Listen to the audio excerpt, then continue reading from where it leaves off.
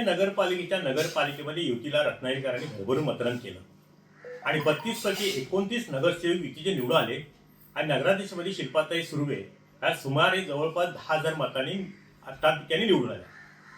आता उद्या त्या नगरपालिकेचा कारभार हाती घेणार आहेत. पालकमंत्री उदय सामंतच्या उपस्थितीत त्यांचा पदग्रहण सोहळा आहे. पण शिल्पाताई सुर्वे नगराध्यक्ष झाल्यानंतर त्यांच्या पुढे काही रत्नागिरीच्या एकंदरीत कारभाराबद्दल तर रत्नागिरीवासियांकडनं त्यांच्या अपेक्षा आहेत आणि त्यांना त्यांच्यासमोर काही प्रश्नही उपस्थित राहणार आहेत. म्हणजे जणू काही ती त्यांची आव्हानं असतील असंच म्हणावं लागेल. पहिला प्रश्न आहे तो रत्नागिरी नगरपालिकेचा पाणी पुरवठ्याचा प्रश्न आहे. पालकमंत्री उदय सामंतांच्या प्रयत्नातून नवीन विस्तारित नळपाणी योजना अस्तित्वात आली. चांगल्या प्रकारे रत्नागिरीकरांना पाणी मिळतंय. पण पाणी मिळत असताना दुसऱ्या बाजूला पाईपलाईन फुटण्याचं प्रमाण सुद्धा वाढलंय. आठवड्याभरात किमान रत्नागिरी शहराच्या खालच्या भागात तरी किमान 2-3दा तरी नगरपालिका कर्मचारी फुटलेली पाईपलाईन दुरुस्त करताना दिसतात. ते पूर्णपणे पाणी सुरळीत होण्यासाठी शिल्पाताईंना फार प्रयत्न करावे लागणार आहे. अपूर्ण असलेल्या नळपाणीचं काम पूर्ण करून घ्यायचंय. विशेषतः जिल्हा परिषदे चौंडे वॉटरपर्यंतची लाईन आहे ती नादुरुस्त आहे असं जीवन प्राधिकरणाचाच अहवाल सांगतोय. हा एकंदरीत त्याच्याबरोबर त्या योजनेचं हायड्रोलिक टेस्टिंग सुद्धा झालेलं नाहीये. जीवन प्राधिकरण म्हणतं झालं, नगरपालिका म्हणते नाही झालं. हस्तांतरित ती योजना झाली असं जीवन प्राधिकरण म्हणते, नगरपालिकेने ताब्यात घेतले. पण आता रत्नागिरीकरांच्या अपेक्षा वाढलेल्या आहेत. कारण पूर्ण बहुमत नव्हे तर जवळजवळ पाशवी बहुमत 2/3 अधिक बहुमत युतीला रत्नागिरीकरांनी दिलंय. ते पालकमंत्री उदय सामंत यांच्या विश्वासावरती शिवसेनेला आणि भाजपला म्हणून. आता पाणी योजनेबरोबर मोकाट गुरांचा प्रश्न आहे. तो तर दिवसेंदिवस भेडसावतो आहे. सर्वसामान्यांना चालणं, पादचाऱ्यांना दुचाकीवरून जात असेल तर किंवा भटक्या कुत्र्यांचा प्रादुर्भाव आहे. ह्या सगळ्या समस्या रत्नागिरीकरांच्या ह्या शिल्पाताई सुर्वे या नगराध्यक्ष म्हणून त्यांच्यासमोर असणारच आहेत. आणि आता एकंदरीत 29 नगरसेवकांचं पाठबळ आहे. नगरसेवकांच्या अपेक्षा आहेत. नवीन आलेल्या नगरसेविका उत्साह असतो की माझ्या प्रभावाने काहीतरी कामं व्हावी. निधीची अडचण आहे. आता निधीची अडचण आहे. पालकमंत्री उदय सामंत आहेत त्यामुळे ती अडचण येईल असं वाटत नाही आहे. पण एकंदरीत रत्नागिरी नगरपालिकेची आर्थिक स्थितीचा सुद्धा दुसऱ्या बाजूला आपल्याला विचार करावा लागेल. मिळालेल्या माहितीला 30-35 कोटी रुपये रत्नागिरी नगरपालिका आता देय आहे. पण राज्य शासनाचा हिस्सा असेल किंवा रत्नागिरीकरांच्या ठेकेदारांचे असतील किंवा काही कामांचे असतील. पण त्या उत्पन्नामध्ये सुद्धा वाढ करणं गरजेचं आहे.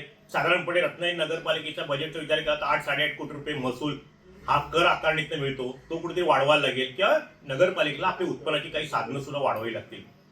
त्याचबरोबर रत्नागिरी शहराच्या खालच्या भागामध्ये सुद्धा युतीला बहुमत मिळालंय. मतदारांनी भरपूर मतदान केलंय. नेहमी रत्नागिरीतल्या विशेषतः 12 वाड्यांची एक तक्रार असते की खालच्या भागामध्ये म्हणावा तितका विकास झाला नाहीये. पण आता काही कामं प्रस्तावित न्यातीमध्ये पालकमंत्र्यांनी मंजूर करून घेतले.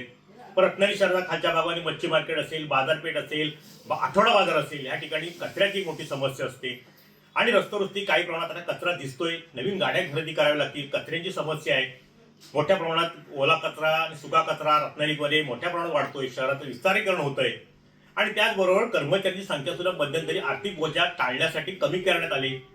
तो विशेषतः जेल नाक्यापासून खालच्या मांडीपर्यंतच्या भागामधल्या नगरसेवकांना ती समस्या जास्त जाणवते. कारण दुर्गम भाग आहे, दाट लोकवस्ती आहे आणि कर्मचाऱ्यांना वारंवार मागणी होते की कचऱ्याची समस्या निपटण्यासाठी नगरसेवकांवरती दबाव येतो, मतदार नाराज होतात. पण खालच्या भागामध्ये कुठेतरी वेगळा विषय करावा लागेल. सामंत साहेबांना ह्या ठिकाणी विशेष लक्ष देऊन कर्मचाऱ्यांची संख्या, सफाई कशी वाढवता येईल याकडे अधिक भर द्यावा लागेल. ती वाढवताना सुद्धा नगरपालिकेच्या आर्थिक उत्पन्नाचा सुद्धा विचार करावा लागेल.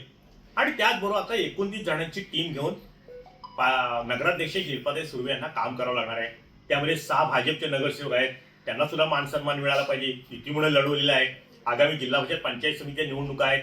त्या डोळ्यात सोडून भाजप आणि शिवसेनेचा एक चांगला संदेश रत्नागिरीतून गेला, तो जिल्ह्यात गेला आणि चांगल्या प्रकारे युतीला रत्नागिरी नगरपालिका असेल किंवा चिपळूण असेल, देवरुख असेल, मंडणगड, दापोली ह्या संपूर्ण जिल्ह्याभरात युतीला चांगल्या प्रकारचं यश मिळालं. पण त्यामध्ये रवींद्र चव्हाण प्रदेशाध्यक्ष, भाजपचे पालकमंत्री उदय सामंत, अनिकेत पटवर्धन या सगळ्या मंडळींचं त्यामध्ये योगदान असेल. एकंदरीत काय शिल्पाताई सुर्वे उद्या कार्यभार स्वीकारणार आहेत.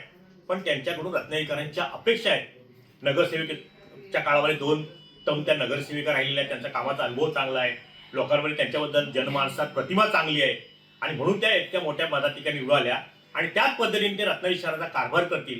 आपल्या टीमला घेऊन पालकमंत्री मार्गदर्शनाखाली ते काम करतील अशी सर्वसामान्य रत्नागिरीची अपेक्षा आहे. पण तुर्तास तरी उद्या पदभार स्वीकारल्यानंतर त्यांच्यापुढे मात्र रत्नागिरी शहराचा विचार केला. जिल्ह्याचं ठिकाण आहे, त्या ठिकाणी पर्यटकांची संख्या वाढते. गेले 4 दिवसामध्ये आपण पाहताय की रत्नागिरी नगरपालिकेच्या आवारात शहरामध्ये हॉटेल्स, लॉजेस सगळे फुल आहेत. वेगवेगळे इथली पर्यटन स्थळं पालकमंत्र्यांनी उभारलेली आहेत, ती पाहण्यासाठी गर्दी होते. मग भविष्यामध्ये राज्यातलं नाही देशातल्या नकाशावरती येणारं पर्यटन दृष्टीने रत्नागिरी शहर आहे, ते ओळखून आता उद्या पदभार स्वीकारणाऱ्या शिल्पाताई सुर्वे यांना पुढचा आपल्या कार्यपद्धतीमध्ये काही बदल करावे लागतील आणि त्या पद्धतीने कार्यपद्धत अवलंबावी लागेल, एवढं मात्र नक्की. टाइम डिले करता किशोर मोरे, रत्नागिरी. टाइम्स डिजिटलला लाईक करा, सबस्क्राईब करा, शेअर करा आणि बेल आयकॉन दाबायला विसरू नका. पाहत रहा टाइम्स डिजिटल.